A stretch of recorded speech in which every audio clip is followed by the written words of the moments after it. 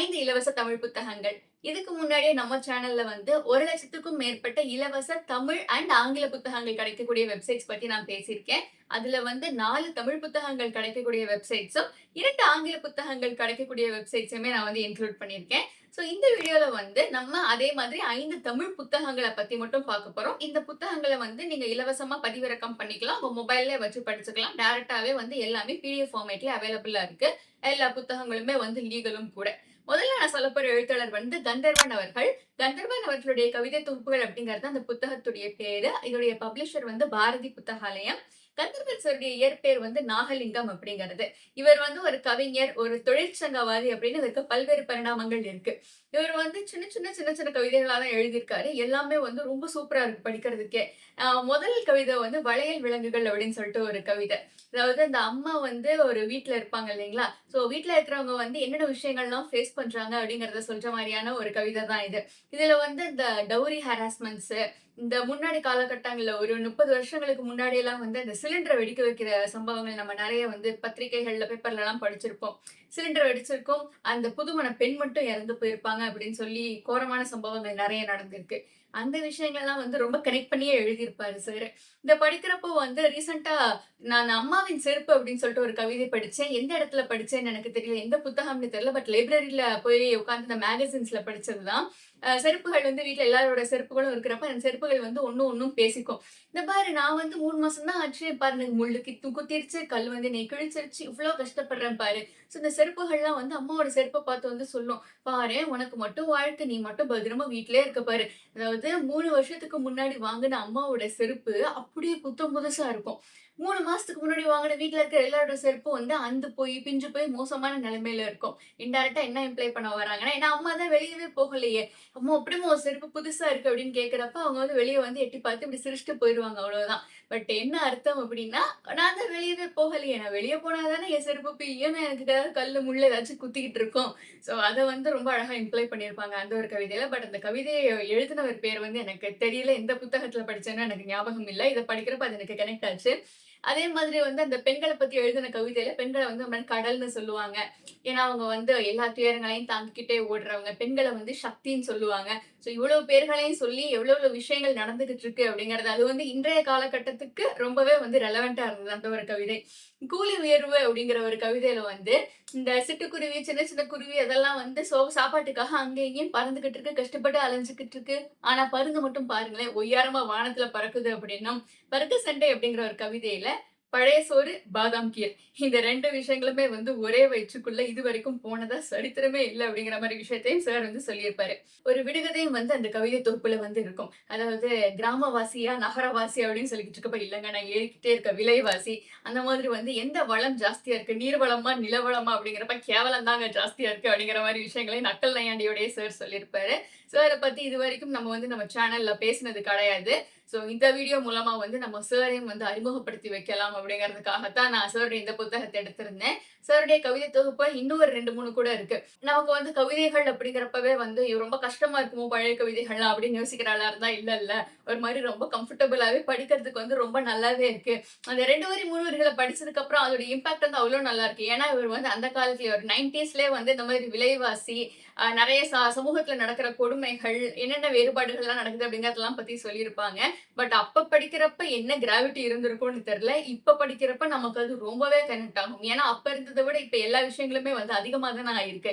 அது விலைவாசில இருந்து ஆரம்பிச்சு பிரச்சனைகள் வரைக்கும். அதெல்லாம் வந்து ஒரு லேமேனா பார்த்து, இந்த பார்த்தீங்களா இவ்வளவுதான் விஷயம் அப்படின்னு ஒரு மாரி சமூகத்துல வந்து என்னென்ன நடக்குது அப்படிங்கிறத உடைச்சு காட்டுற மாரியான ஒரு எழுத்தாளரா தான் சார் வந்து இருந்திருக்காரு. நான் 2வதா சொல்லப்போற எழுத்தாளர் வந்து தூமுசி ரகுநாதன் அவர்கள். அவர பத்தி நம்ம இதுவரைக்கும் பேசினது கிடையாது பெருசா. சாருடைய இயற்பெயர் வந்து சிதம்பரநாதன். சாருடைய தொகுப்பே இருக்கு. அதாவது அவர் எழுதின கடிதங்கள், கட்டுரைகள், கவிதைகள் எல்லாமே இருக்கு. அதுல வந்து ஒரு 5 1 நிமிட கதைகள் இருந்தது. அந்த 5 1 நிமிட கதைகள மட்டும் நான் இதுல சொல்றேன். முதல் கதை வந்து ஒரு கோர்ட்ல வந்து ஒரு திருட்டு கேஸ் நடந்துகிட்டு இருக்குது. ஒரு பணக்காரங்க, ஒரு ஏழை. முதல்ல இந்த பணக்காரருடைய திருட்டு கேஸ் வந்து விசாரிக்கிறப்ப, இந்த மாதிரி வந்து திருட்டு ஒண்ணு இதாயிருச்சு அப்படின்னு உடனே, "ஓ! அப்படியா? சரி." அது ஏதோ ஒரு பெரிய ஹை ப்ரொஃபைல் கேஸ். ஒரு ஒரு லஞ்சம் அந்த மாதிரி ஒரு கேஸ். "ஓ! அப்படியா? சரி இருக்கட்டும். 1 வருஷம் அந்த ஏ செல்ல போட்டுருங்க நீங்க. அதாவது சகல சௌகரியங்களோட இருக்கிற ஒரு செல்ல." அடுத்து வந்து ஒரு ஏழை வருவாரு. என்ன திருடுன? பசிக்குது. சாப்பாட்டுக்கே வக்கில்ல. அதனால நான் திருடுனேன்." "பசிக்கு திருடுனியா நீயு? அப்போ வந்து உனக்கு இதெல்லாம் கிடையாது. சௌகரியமெல்லாம் கிடையாது. உனக்கு வந்து 2 ஆண்டு கடுங்காவல் தண்டனை. நீ வந்து சி பிரிவுக்குள்ள போ. அவ்வளவுதான். அந்த வேறுபாடுகள வந்து அப்படி சொல்லியிருப்பாங்க. 2வது கதை வந்து ஒரு இடத்துல வந்து எங்களுக்கு வந்து இந்த மாரி வளம் வேணும். மழையே இல்ல. எல்லாமே பொய்த்து போயிருச்சு. ரொம்ப கஷ்டமா இருக்கு அப்படின்னு சொல்லி, ரொம்ப கஷ்டப்படுற ஒரு இடத்துல இருக்கிறவங்க வந்து, அந்த ஊர்ல இருக்கிற ஒரு பணக்காரர் சொல்லி, இந்த மாரி வந்து இவ்ளோ வரிசைய கொண்டுட்டு வந்து என் வீட்டுக்காக வந்து என் வீட்ல ஒரு ஃபங்ஷன் நடக்குது. நான் வந்து இவ்ளோ வரிசைய கொண்டுட்டு வந்து அங்க போய் வச்சு பொங்கல் வைக்க போறேன். ஸோ அதே வந்து போய் எல்லாரும் இருக்கிற அரிசி எல்லாத்தையும் கொண்டு போய் அங்க வந்து கொட்டிட்டு, மக்கள் வந்து எப்படியாச்சும் இந்த வருஷம் மழை வந்துரணும்மா, எங்களுக்கு வந்து சாப்பாட்டுக்கே ஒண்ணுமே இல்ல அப்படின்றத சொல்ற மாரி. அதாவது இது வந்து ரொம்ப ஒரு டார்க்கான சப்ஜெக்ட் தான் இது. பட் சார் வந்து ஒரு நிமிஷத்துக்குள்ள இத வந்து கன்வே பண்ணியிருப்பாப்ல. அடுத்ததா வந்து ஒரு பொண்ணுக்கு வந்து கல்யாணம் ஆயிருக்கும். அந்த பொண்ணு வந்து தன்னுடைய கணவர் மேல ஒரு கேஸ் போட்டிருப்பா. 2வதா வந்து இன்னொரு பொண்ணு கூட வந்து தொடர்புல இருக்காரு. எனக்கு இது இதா இல்ல அப்படின்னு சொல்லிட்டு. 2வதா வந்து கல்யாணம் பண்ணா தான் தப்பு. இல்லனாலாம் ஒண்ணும் தப்பு கிடையாது அப்படின்னு சொல்லி அத தள்ளுபடி பண்ணி அனுப்பி வச்சுருவாங்க. அடுத்ததா அவர் வந்து 2வது கல்யாணம் பண்ணிக்குவாரு. அப்ப முதல் மனைவி வந்து கேஸ் கொடுக்கும். பாருங்க 2ஆம் கல்யாணமே அவர் பண்ணிட்டாரு பாருங்க அப்படின்னு சொல்லிட்டு. அப்ப வந்து அவர தூக்கி உள்ள வைப்பாங்க. ஸோ முதல் மனைவி, 2ஆம் மனைவி 2 பேருமே வந்து வெளிய காத்து கிடக்குறாங்க அப்படிங்கிற மாரி கதை முடியும். அந்த ரேசிசம், கலரிசம் அப்படிங்கிற விஷயங்கள்லாம் இருக்கும் இல்லைங்களா? இது வந்து ஒரு ஒரு ரொம்ப ஒரு ஸ்லிப்பரியான ஒரு டாபிக்ங்கிறதுனால இந்த கதைய மட்டும் நானு பெருசா சொல்லல. பட் இந்த ரேசிசம், கலரிசம் இந்த காலத்துல கூட அந்த விஷயங்கள் எல்லா இடத்துலயும் நடந்துட்டு தான் இருக்கு.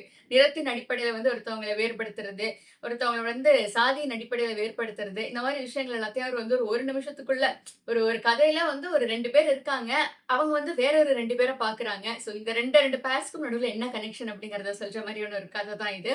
அடுத்ததா வந்து ஒரு ரேஷன் கடைய பத்தின ஒரு கதை இருக்கும். அங்க வந்து ஒருத்தவங்க வந்து அங்க அங்க வழக்கமா இருக்கிற மாரி பொருட்கள்லாம் போட்டுட்டு இருப்பாங்க. ஸோ அங்க இன்னொருத்தவங்க வந்து சில விஷயங்கள வந்து வித்துக்கிட்டு இருப்பாங்க.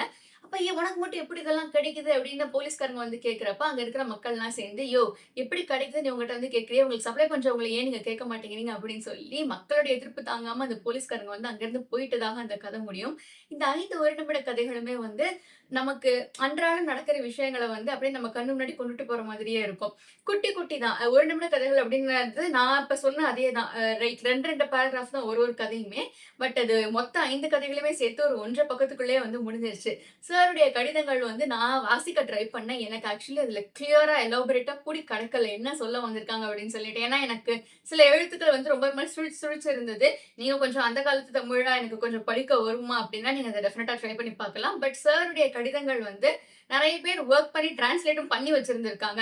அதுல என்ன இருக்கோ அப்படியே அத வந்து புத்தகங்கள்ல எழுதி, அந்த எழுதி படிக்கிறப்ப நமக்கு வந்து ரொம்பவே லெஜிபிளா இருக்கும். ஸோ அது நீங்க தேவைப்பட்டா ட்ரை பண்ணி பார்க்கலாம். சார் வந்து ஒரு எழுத்தாளர், ஒரு டிரான்ஸ்லேட்டரும் கூட. மக்சூம் கார்கி அவர்களுடைய தாய் அப்படிங்கிற புத்தகத்த சார் வந்து தமிழாக்கம் பண்ணியிருப்பாரு. நெறைய சாருடைய வொர்க்ஸ் நெறைய நெறைய மொழிகள்ல வந்து மொழிமாற்றம் செய்யப்பட்டுட்டு இருந்திருக்கு. சார் வந்து இந்தியன் இண்டிபெண்டன்ஸ் மூவ்மெண்ட்ல வந்து ஒரு பெரிய பங்காற்றி இருக்காரு. அதுக்காக வந்து நெறைய தண்டனைகள்லாம் கூட சார் வந்து அனுபவிச்சிருக்காரு. ஆனாலுமே வந்து அவருடைய கதைகள், அவருடைய கடிதங்கள், கட்டுரைகள் எல்லாத்துலயுமே சமூக விடுதலைக்கான ஒரு தீ வந்து அதுல இருந்துகிட்டே தான் இருக்கும். இப்ப நம்ம படிக்கிறப்ப நான் முன்னாடி கந்தர்வன் சாருக்கு சொன்ன அதே மாதிரி தான். நம்ம அப்ப படிக்கிறப்போ என்ன ரியலைஸ் ஆயிருக்கும் அப்படின்னு நமக்கு தெரியாது. பிகாஸ் அதெல்லாமே வந்து வே பேக் இன் த 90ஸ். ஆனா இப்ப நம்ம படிக்கிறப்ப, சமூகத்துல ஆமாமா இது நம்ம முன்னாடி தானே நடந்தது. ஆமா நடக்குதுல்ல அப்படிங்கிறத சொல்ற மாரி இருக்கும். ஸோ அந்த காலத்துக்கும், இந்த காலத்துக்கும் வந்து ஒரு பெரிய மாற்றம் எதுவுமே இல்ல அப்படிங்கிறத சொல்ற மாரியான ஒரு புத்தகம் தான் இது. அடுத்ததா வந்து 2 பேருடைய சிறுகதை தொகுப்புகள் நான் வந்து சொல்லப் போறேன். ஒண்ணு வந்து ஜெயகாந்தன் சார் அவர்களுடைய சிறுகதை தொகுப்பு. இன்னொன்னு வந்து புதுமை பித்தன் சார் அவர்களுடைய சிறுகதை தொகுப்பு. புதுமை பித்தன் சாருடைய ரீசென்ட் வொர்க்ஸ் அதாவது அவருடைய பழைய வொர்க்ஸ் தான். சார் வந்து இறந்து போய் ரொம்ப வருஷங்கள் ஆயிருச்சு. சாருடைய பழைய வொர்க்ஸ் வந்து நெறைய நெறைய இடங்கள்ல இருந்து கிடைச்சுக்கிட்டே இருந்திருக்கு. ஸோ அத வந்து புது வொர்க்காவே வந்து இந்த வெப்சைட்ஸ்லலாம் பப்ளிஷ் பண்ணியிருக்காங்க. தமிழ்ல வந்து சிறுகதைகளோட மன்னன் அப்படின்னு சொல்லிட்டு புதுமை பித்தன் சார சொல்லுவாங்க. சாரோட கடவுளும் கந்தசாமி பிள்ளையும் அப்படின்னு சொல்லிட்டு ஒரு கதை உண்டு. நெறைய பேர் கேள்விப்பட்டிருப்போம் ஆக்சுவலி. கடவுளே வந்து இந்த கந்தசாமி பிள்ளை வீட்டுக்கு வருவாரு. கடவுள வந்து சார் கந்தசாமி பிள்ளை அவர்கள் வந்து தன்னுடைய ஒரு மேகசின் நடத்திக்கிருப்பாப்ல. அதுக்கு வந்து ஆண்டு சந்தா கட்டுங்க அப்படின்னு சொல்லி கட்டெல்லாம் வைப்பாரு. பார்வதி அவர்களும் வருவாங்க. கடவுள் அதாவது சிவபெருமான் வருவாரு. சிவபெருமானோட சேர்த்து பார்வதியும் கொஞ்ச நேரம் கழிச்சு வருவாங்க. பார்வதிய வந்து ஒரு நாடக குழுக்காரங்க வந்து ரிஜெக்ட் பண்ணிருவாங்க. ஏன்னா வந்து, "நீ ரொம்ப கருப்பா இருக்க" அப்படின்னு சொல்லி ரிஜெக்ட் பண்ணிருவாங்க. நெறைய எழுத்தாளர்கள் வந்து புதுமை பித்தன் சார வந்து அவங்க அவர பத்தி எழுதுறப்ப சொல்லுவாங்க. நான் என்ன புதுமை பித்தன் சார், நான் வந்து கடவுளையே வந்து கூட்டிட்டு வந்து அவர்ட்டயே காசெல்லாம் வாங்கி அவரையே அனுப்புறதுக்கு அப்படின்னு சொல்லிட்டு.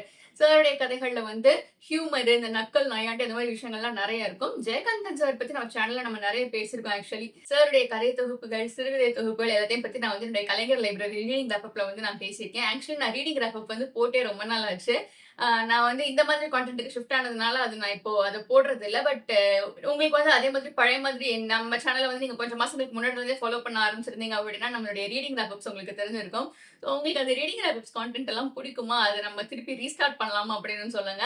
ஏன்னா, நான் இப்போ வந்து அந்த படிக்கிற புத்தகங்கள எதர் இண்டிவிஜுவல் வீடியோவா போட்டுர்றேன். இல்ல இந்த மாரி 5 புத்தகங்கள் தொகுக்கிறப்ப அத இன்க்ளூட் பண்ணிர்றேன். அந்த மாரி தான் கொண்டுட்டு வரேன். பட் அந்த 5 புத்தகங்கள்லாம் கையில காட்டி பேசி ரொம்ப நாள் ஆன மாதிரி இருக்கு. அடுத்ததா நான் சொல்ல போற புத்தகம் வந்து விஜய் ஆண்டனி அவர்களுடைய கிரேட் கிராண்ட் ஃபாதர் அவர்கள் எழுதின ஒரு புத்தகம். தமிழுடைய முதல் நாவலும் வந்து இதுதாங்க. பிரதாப முதலியார் சரித்திரம் அப்படிங்கிறது. இதுதான் தமிழுடைய முதல் நாவல். இத தொடர்ந்து கமலாம்பாள் சரித்திரம் அப்படின்னு சொல்லிட்டு இன்னொரு புத்தகம் வந்திருக்கும். அது வந்து தமிழுடைய 2வது நாவல். ஆனா தமிழுடைய முதல் சீரியலைஸ்டு நாவல் அப்படின்னா அது அதுதான். அதாவது தொடர்கதையா வந்தது. இந்த பிரதாப முதலியார் சரித்திரம் வந்து இப்ப படிச்சு பார்க்கிறப்போ நமக்கு ஒரு மாரி நல்லா இருக்கும். ஏன்னா இப்போ நம்மளுடைய உலகம் எத அடிப்படையா வச்சு இயங்கிக்கிட்டு இருக்கு அப்படின்னா, இப்ப நல்லவங்களுக்கு நல்லது தான் நடக்கும். கெட்டவங்களுக்கு கெட்டது நிச்சயம் நடக்கும். பட் இப்போ அதே மாதிரி நடக்குதா அப்படின்னா, அதுல நெறைய நெறைய வேறுபாடுகள் இருக்கு நம்ம எல்லாருக்குமே. ஆனா நம்ம இத படிக்கிறப்ப வந்து அந்த ஒரு வார்த்தை சொல்லுவாங்க இல்லைங்களா? ஜஸ்டிஸ் சர்வ்ட் ரைட் அப்படின்னு சொல்லுவாங்க இல்லைங்களா? ஆமா அவங்களுக்கு வந்து சரியான தண்டனை கிடைச்சிருச்சு இவன் பண்ணதுக்கு. ஸோ ஒருத்தவங்க வந்து எப்படி நல்வழியில வாழணும். ஏன்னா இதுக்கு முன்னாடி வந்து தமிழ் அந்த கவிதைகள், இலக்கியங்கள் அந்த மாரி ப்ராப்பர் இதா வந்துட்டு இருந்ததுனால, கதை அப்படிங்கிற ஒரு விஷயமே இந்த புத்தகம் வந்ததுக்கு அப்புறம் தான் நெறைய பேருக்கு வந்து தெரிஞ்சிருக்கு. இந்த புத்தகத்த பத்தி நான் வந்து நம்ம சேனல்ல பேசியிருக்கேன். நான் லிங்க் வந்து ஃபர்ஸ்ட் கமெண்ட்ல குடுத்துறேன். ஆக்சுவலி நான் முழு கதையுமே நான் சொல்லியிருப்பேன். பட் கமலாம்பாள் சரித்திரம் வந்து இத கம்பேர் பண்றப்ப கொஞ்சம் ஹெவியான புத்தகம் தான் போல இருக்கு. கமலாம்பாள் சரித்திரமும் வந்து ஃப்ரீயா இருக்கு. இந்த ஃப்ரீ புத்தகங்கள் எல்லாமே வந்து நேஷனலைஸ்டு புத்தகங்கள் அப்படின்னும் சொல்லுவாங்க. அரசாங்கமே வந்து ஒரு சில எழுத்தாளர்களுடைய புத்தகங்கள வந்து இந்த மாதிரி நாட்டுடைமையாக்கிருவாங்க. நீங்க வந்து அத படிச்சு தெரிஞ்சுக்கோங்க. அந்த எழுத்தாளர்கள் வந்து நம்மளுடைய மொழிக்காக இவ்ளோ விஷயங்கள வந்து பண்ணியிருக்காங்க. ஸோ அதனால நீங்க வந்து அவங்கள பத்தி தெரிஞ்சுக்கிட்டு அந்த புத்தகங்களெல்லாம் படிக்கிறப்போ உங்களுக்கு ஒரு புது எக்ஸ்பீரியன்ஸ் கிடைக்கும் அப்படிங்கிறதுனால பண்ணியிருக்காங்க. ஆங்கிலத்துல வந்து ஒரு 100 வருஷங்களுக்கு மேலான புத்தகங்கள் எல்லாமே ஆட்டோமேட்டிக்காவே வந்து நேஷனலைஸ்ட் அப்படிங்கிற மாரி ஒரு விஷயமும் சொல்லுவாங்க. ஒரு புத்தகம் வந்து எழுதி 100 வருஷம் தாண்டிருச்சு அப்படின்னா, டெஃபினட்டா அத வந்து லீகலாவே நம்ம படிக்கலாம். உதாரணமா வந்து இப்ப 1912, 1915ல எழுதப்பட்ட புத்தகங்கள் எல்லாமே வந்து நான் சொல்றது வந்து இந்த ரஷ்யன் கிளாசிக்ஸ், இந்த ஒரு உலக புகழ்பெற்ற சில புத்தகங்கள்லாம் இருக்கும் இல்லைங்களா? அதோடைய மொழியாக்கங்கள் கூட பல்வேறு மொழிகள்ல வந்திருக்கும். அந்த மாதிரி புத்தகங்கள் வந்து நமக்கு ஒரு 100 வருஷம் கடந்துடுச்சு. ஏன்னா 2015லாம் நமக்கு வந்து கடந்துருச்சு. ஸோ ஆட்டோமேட்டிக்கா அதுக்கப்புறமா ஃப்ரீயா தான் கிடைக்கும். அதுக்காக நீங்க டவுன்லோட் பண்றதுக்கு எதுவும் யோசிக்க தேவையில்ல அப்படிங்கிற மாரியும் சொல்லுவாங்க. அடுத்ததா நான் சொல்லப் போற புத்தகம் வந்து பஞ்சதந்திரா டேல்ஸ். ஆக்சுவலி இந்த பஞ்சதந்திரா டேல்ஸ் அப்படிங்கிறத நம்ம எப்படி இமேஜின் பண்ணிக்கலாம்னா, ரஷ்யன் டால் அப்படின்னு ஒரு விஷயம் சொல்லுவாங்க. ஒரு பொம்மைகள் பார்த்திருப்பீங்க நீங்க. ஒரு பொம்மை, அதுக்குள்ள ஒரு பொம்மை, அந்த பொம்மைக்குள்ள ஒரு பொம்மை. ஒரு மாரி எம்பெடடா இருக்கும் அப்படின்னு சொல்லுவாங்க. சோ இதுல வந்து ஒரு கதை, அதுக்குள்ள ஒரு கதை, அதுக்குள்ள இன்னொரு கதை அப்படின்னு சொல்லிட்டு ஆயிரக்கணக்குல கதை போகும். சோ நீங்க முதல் கதையோட முடிவு என்னன்னு தெரிஞ்சுக்கணும்னா, ஸ்ட்ரெய்ட்டாவே நீங்க போக வேண்டியது 1000வது கதைக்கு. இந்த பஞ்சதந்திர டேல்ஸ் வந்து ஏகப்பட்ட வெர்ஷன்ஸ் இருக்கு. இதுல ஆக்சுவலி இந்த கொஞ்சம் அடல்ட் கான்டென்ட் கலந்த கதைகளுமே வந்து இந்த பஞ்சதந்திர டேல்ஸ்ல நெறையவே உண்டு. ஆனா அடிப்படை என்னன்னா, ஒரு 3 இளவரசர்களுக்கு வாழ்க்கைக்கும், அரசாட்சிக்கும் தேவையான பிரின்சிபல்ஸ ஒருத்தர் சொல்லிக் குடுக்குறாரு. அந்த சொல்லிக் குடுக்குறவர் பேர் வந்து விஷ்ணு சர்மா அப்படின்னு ஒரு சிலர் சொல்லுவாங்க. ஒரு சிலர் வந்து இல்ல அவர் பேரு வேறன்னும் சொல்லுவாங்க. பட் அந்த ஒரிஜின் வந்து எங்கருந்து வந்தது அப்படிங்கிறது இன்னைய வரைக்குமே டவுட்ஃபுல்லா தான் இருக்கு. ஏன்னா வேறு சிலர் வந்து இப்ப இதெல்லாம் வந்து சும்மா கதைகள தொகுத்து போட்டு அந்த கதைகளுக்கு ஒரு பேக் ஸ்டோரி வேணும் இல்லைங்களா? அதனால தான் அந்த பேக் ஸ்டோரிய வச்சாங்க. மற்றபடி இது வந்து பல்வேறு நாடுகள்ல இருந்து பல்வேறு சமயங்கள்ல கிடைக்கப்பட்ட கதைகள் தான் அப்படின்னும் சொல்லுவாங்க. இதோடைய ஒரிஜின் கிளியரா இல்ல அப்படின்னாலும் இதுக்கு வந்து 5 அந்த பஞ்சதந்திரம் அப்படின்னா 5 தந்திரங்கள். சோ உங்களுக்கு வந்து ஒரு ஃப்ரெண்ட்ஷிப் இருக்காங்க அப்படின்னா, ஒரு ஃப்ரெண்ட் இருக்காருன்னா, அந்த ஃப்ரெண்ட்ஷிப்ப வந்து ரீட்டர்ன் பண்ணிக்கிறது எப்படி? புது ஃப்ரெண்ட்ஸ் உருவாக்குறது எப்படி? ஒரு சில விஷயங்கள்ல வந்து நம்ம பேராசைப்பட்டோ, இல்ல சில தப்பான வழிகள்லயோ போனா என்னென்ன மாரி விஷயங்கள்லாம் நடக்கும்? ஏன்னா, இதுல வந்து 3 பாகங்கள் அவுட் அண்ட் அவுட் பாசிட்டிவான கதைகள மட்டும் தான் சொல்லியிருப்பாங்க. இன்னொரு பாகத்துல வந்து நெகட்டிவாவே இருக்கும். ஏன்னா, நீ தப்பு பண்ணனா உனக்கு தண்டனை தானே கிடைக்கும் அப்படிங்கிறத சொல்ற மாதிரி. இப்ப இந்த பஞ்சதந்திரா டேல்ஸ் வந்து ஒரு சில வெர்ஷன்ஸ் வந்து இந்த அனிமல்ஸ் மட்டும் வச்சு சின்ன குழந்தைங்க படிக்கிற மாரி இருக்கும். ஆனா, இன்னொரு சில வெர்ஷன்ஸ் வந்து ப்ராப்பர் அடல்ட் கன்டென்ட்டா இருக்கும். இந்த அதாவது வந்து நம்பி வர்றவங்கள ஏமாத்தி விட்டுட்டு போறது, ஒரு காதலர்கள் வந்து வர்றாங்க அப்படின்னா, இந்த மாதிரி நான் வந்து ஒரு 6 உடல் இருக்கு அப்படின்னா, அந்த ஆண் வந்து அந்த பெண் கிட்ட இருந்து நீ எல்லாத்தையுமே குடுத்துரு என்கிட்ட. நான் வந்து ஆத்துடைய இன்னொரு பக்கம் இதெல்லாம் போய் வச்சுட்டு திருப்பி வந்து உன்னைய கூட்டிட்டு போறேன் அப்படிங்கிறப்ப, ரைட்டு முடிஞ்சிருச்சு அங்கேயே. ஸோ இந்த மாரி ஏமாறுற மாரி விஷயங்களும் வந்து இந்த கதைகள்ல சொல்லப்பட்டிருக்கும். இது வந்து ஒருத்தவங்களோட பெர்செப்ஷன பொறுத்து தான். ஒரு சிலர் வந்து இந்த அனிமல் கதைகள்லாம் வந்து நம்ம எப்ப படிச்சாலுமே வந்து நல்லா இருக்கே, ஒரு மாரி சைல்ட்ஹுட்க்கே போற மாரி இருக்கேன்னு ஃபீல் பண்ணுவாங்க. இன்னும் ஒரு சிலர் வந்து சின்ன குழந்தைங்க கதையா அப்படின்ற மாரி போவாங்க. ஆனா அந்த ஈசாப் கதைகள், பஞ்சதந்திர கதைகள், அக்பர் பீர்பால் கதைகள், முல்லா கதைகள் இதெல்லாம் வந்து எப்ப படிச்சாலும் அந்த சின்ன சிறுவர் மலர் அந்த மாரி புத்தகங்கள்லாம் வந்து இந்த ஒரு ஒரு கதை எழுதுறப்ப எப்ப படிச்சாலும் நமக்கு வந்து ஒரு மாதிரி ஃப்ரெஷ்ஷா இருக்கும். ஸோ வந்து இதுல ஒரு சிறுவர்களுக்கான புத்தகத்தையும் வந்து இன்க்ளூட் பண்ணலாம் அப்படிங்கிறதுனால நான் வந்து இத இன்க்ளூட் பண்ணியிருக்கேன். அடுத்ததா வந்து ஒரு தமிழ் ட்ரையாலஜிய நான் இன்க்ளூட் பண்ணிர்றேன். தமிழ்ல ட்ரையாலஜியா அப்படின்னு நான் யோசிக்கிற ஆளா இருந்தீங்கன்னா, டெஃபினட்டா தமிழ்ல ட்ரையாலஜிலாம் இருக்கு. சிவகாமியின் சபதம், பார்த்திபன் கனவு, பொன்னியின் செல்வன் அப்படிங்கிறது தான் அது. அத பத்தி நான் டீட்டெயில்டா ஒரு வீடியோவே பேசியிருக்கேன். ஸோ அத பத்தி நான் இன்னும் எலாபரேட்டா அதுல கவர் பண்ண விரும்பல. இந்த வெப்சைட்ஸ்லலாம் வந்து நெறையவே இருக்கு. அதாவது கல்கி அவர்களுடைய சிறுகதைகள் ஒரு 100 சிறுகதைகள் சேர்ந்த ஒரு தொகுப்பு எல்லாமே வந்து இந்த வெப்சைட்ஸ்ல இருக்கு. நான் வெப்சைட்ஸ் வந்து நான் ஆஸ் ஆல்வேஸ் நான் வந்து ஃபர்ஸ்ட் கமெண்ட்ல நான் குடுத்துர்றேன். நீங்க வந்து அங்க போய் செக் பண்ணிக்கோங்க. அங்க நான் டைம் ஸ்டாம்ப்ஸ் போட்டு தான் பேசியிருக்கேன். ஸோ உங்களுக்கு எந்த போர்ஷனுக்கு வேணுமோ நீங்க அந்த போர்ஷனுக்கு வந்து போய் செக் பண்ணிக்கலாம். ஸோ இதுதான் வந்து 5 இலவச தமிழ் புத்தகங்கள். அண்ட் இந்த புத்தகங்கள்ல நீங்க என்ன புத்தகம் படிச்சிருக்கீங்கன்னு சொல்லுங்க. இதுல ஏதாவது ஒரு புத்தகத்த நீங்க காசு போட்டு வாங்கி வீட்ல வச்சிருக்கீங்களா அப்படின்னு சொல்லுங்க. இந்த புத்தகங்கள்ல எது உங்க favourite? And I am active on Instagram also. You can also follow me there. அண்ட் நீங்க வந்து நம்ம சேனல ஃபர்ஸ்ட் டைம் பார்க்குறீங்கன்னா சப்ஸ்கிரைப் பண்ணிக்கோங்க. So please like, share, comment and subscribe to my channel. Hype ஆப்ஷனும் இருக்கும். உங்களுக்கு இந்த கான்டென்ட் பிடிச்சிருந்தது அப்படின்னா ஹைப் ஆப்ஷன் குடுங்க. And what else do you want to see next in our channel அப்படிங்கிறதையும் நீங்க கமெண்ட்ஸ்ல வந்து சொல்லுங்க. So thanks for choosing to watch my video.